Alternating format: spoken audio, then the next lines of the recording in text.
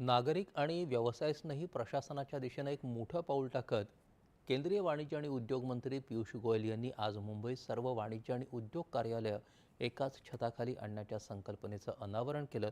यावेळी मंत्रालयाच्या सर्व विविध शाखा आणि कार्यालयांना एकाच एकात्मिक मध्यवर्ती केंद्रात एकत्र आणण्याची एक भव्य योजना सादर करण्यात आली। वाणिज्य आणि उद्योग मंत्रालय शक्य असेल तिथं सर्व कार्यालयांना एकाच छताखाली आणेल असं गोयल यांनी यावेळी सांगितलं।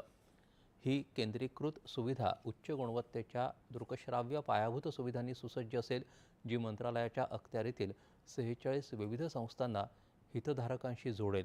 यामुळे ऊर्जा आणि इंधनाची बचत होईल, तसंच नागरिकांचा प्रवास कमी होईल। कोणत्याही हितधारकाच्या गरजेला प्रतिसाद देण्यासाठी या केंद्रामध्ये समर्पित कर्मचारी तैनात केले जातील, ज्यामुळे प्रशासकीय खर्च लक्षणीयरित्या कमी होईल, एकूण उत्पादकता सुधारेल आणि व्यवसाय तसंच सामान्य नागरिकांचं जीवन अधिक सुलभ होईल असा विश्वास त्यांनी व्यक्त केला।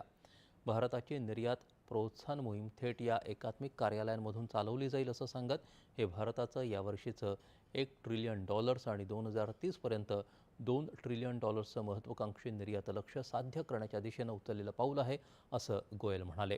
त्यापूर्वी पियुष गोयल यांनी आज मुंबईतल्या सिप्झ इथल्या मेगा कॉमन फॅसिलिटी सेंटरला भेट दिली आणि भारताच्या रत्न आणि दागिने क्षेत्राला चालना देण्यासाठी सुरू असलेले कार्य प्रत्यक्ष पाहिलं। साताऱ्यात आज केंद्रीय मंत्री नितीन गडकरी यांना आबासाहेब